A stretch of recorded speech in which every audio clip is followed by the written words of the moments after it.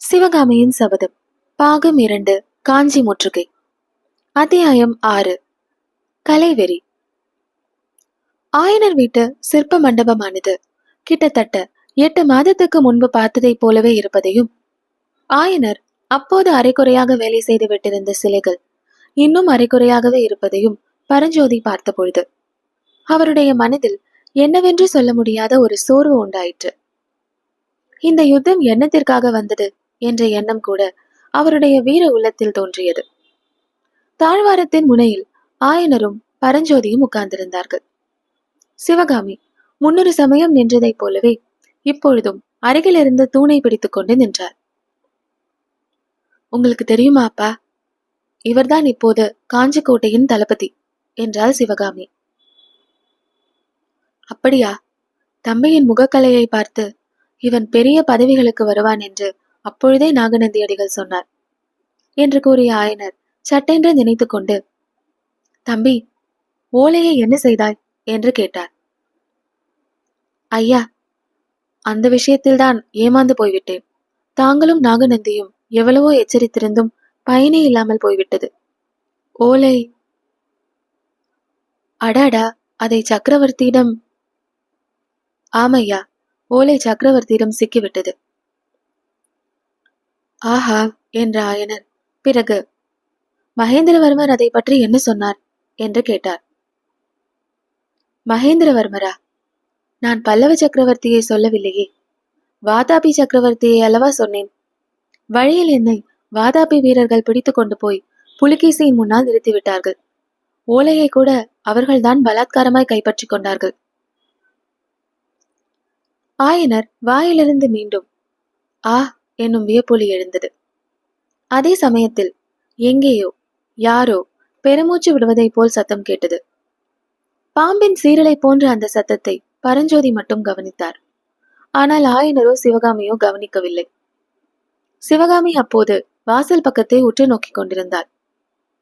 அங்கே உள்வாசல் படி அருகே நின்ற கண்ணபிரான் சிவகாமியை நோக்கி ஏதோ சமிங்கை செய்து கொண்டிருந்தான்.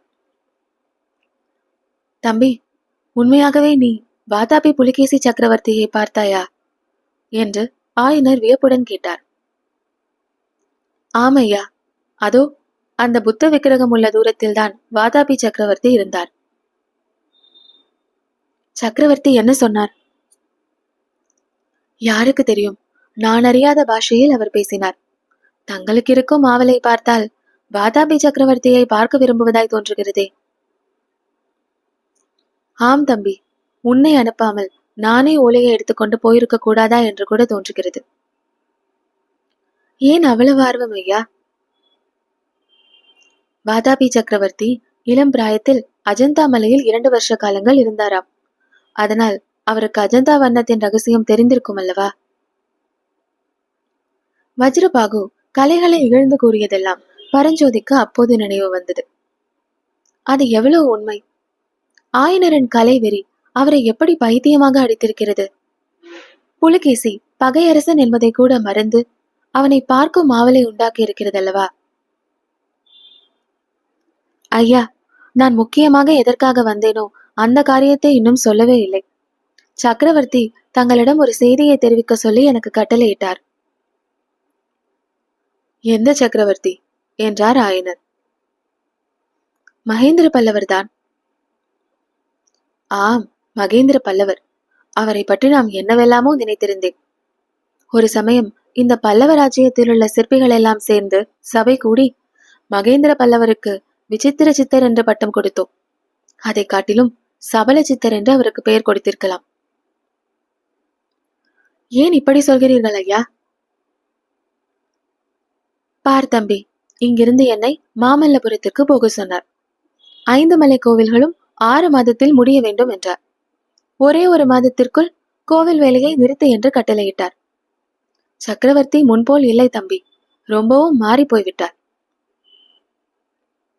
அப்படியொன்றும் அவர் மாறவில்லை ஐயா. யுத்தம் காரணமாகத்தான் சில காரியங்களை செய்ய வேண்டியிருக்கிறது. யுத்தம், பாழும் யுத்தம். இப்போது நடக்கிற யுத்தம் போதாதென்று பழைய பாரத யுத்தத்தை வேறு கட்டிக்கொண்டு அழ வேண்டுமாம். ஒவ்வொரு ஊரிலும் பாரத மண்டபங்கள் கட்ட வேண்டுமாம். நான் ஒரு விஷயம் சொல்லட்டுமா தம்பி? உண்மையிலேயே மாமல்லபுரத்து சிற்ப வேலையை சக்கரவர்த்தி நிறுத்தியது பாரத மண்டபம் கட்டுவதற்காக அல்ல. சிற்பிகளுக்கும் சிற்றாள்களுக்கும் படி கொடுத்து வந்த அரிசி பருப்பு மிச்சமாகட்டும் என்றுதான். துறைமுக பண்டகசாலைகளில் இருந்த அவ்வளவு தானியங்களையும் காஞ்சிக்கு கொண்டு போய்விட்டார்களாம். யுத்தம் நடத்துவதற்கு இவையெல்லாம் அவசியமான காரியங்கள் ஐயா. காஞ்சி கோட்டை 1 வருஷமோ 2 வருஷமோ கூட முற்றுகைக்கு ஆயத்தமாக இருக்க வேண்டும். வாதாபியின் சமுத்திரம் போன்ற சைனியம் திரண்டு வருவதை நீங்கள் மட்டும் பார்த்திருந்தால். வாதாபி சைனியம் வருகிறது வருகிறது என்று 8 மாதமாகத்தான் சொல்லிக் கொண்டிருக்கிறார்கள் ஐயா. ஆனால் இன்னும் ஏன் அந்த பிரம்மாண்டமான சைனியம் இங்கு வந்து சேரவில்லை தெரியுமா? மகேந்திர பல்லவர் மட்டும் அப்போது போர்க்களத்திற்கு போயிருக்காவிட்டால் இதற்குள் காஞ்சி மாநகர் இருந்த இடம் புல்முளைத்து போயிருக்கும் ஐயா. வாதாபி சைனியத்தில் வரிசை வரிசையாக மலை மலையாக நெடுந்தூரத்திற்கு நெடுந்தூரம் நின்ற ஆயிரக்கணக்கான போர் யானைகளை என் கண்ணாலேயே நான் பார்த்தேன். பல்லவ சைனியத்தில் மொத்தம் 100 யானைகளுக்கு மேல் கிடையாது. அப்படி இருந்தும் 8 மாத காலம் வாதாபி சைனியத்தை வடபெண்ணை கரையிலேயே நிறுத்தி வைத்திருந்தோம். இது எதனால் சாத்தியமாயிற்று தெரியுமா? பாரத யுத்தத்தில் பஞ்ச பாண்டவர்களின் வெற்றி ஸ்ரீ கிருஷ்ண பகவானுடைய அறிவு பலத்தினாலும் அர்ஜுனனுடைய வில்லின் வீரத்தினாலும் சாத்தியமாயிற்று. இந்த நாளில் கிருஷ்ண பகவானும் அர்ஜுனனும் ஒரே உடம்பில் மகேந்திர பல்லவராக அவதரித்திருக்கிறார்கள் ஐயா.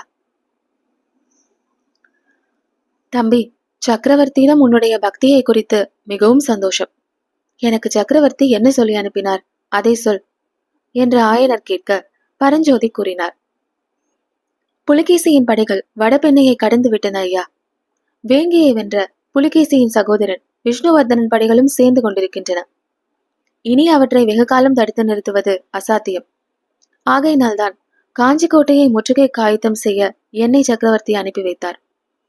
1 வருஷமோ 2 வருஷமோ முற்றுகை நீடித்திருக்கலாம். ஆகையால் கோட்டைக்குள்ளிருந்து அனாவசியமான ஜனங்களை எல்லாம் வெளியேற்றப் போகிறோம்.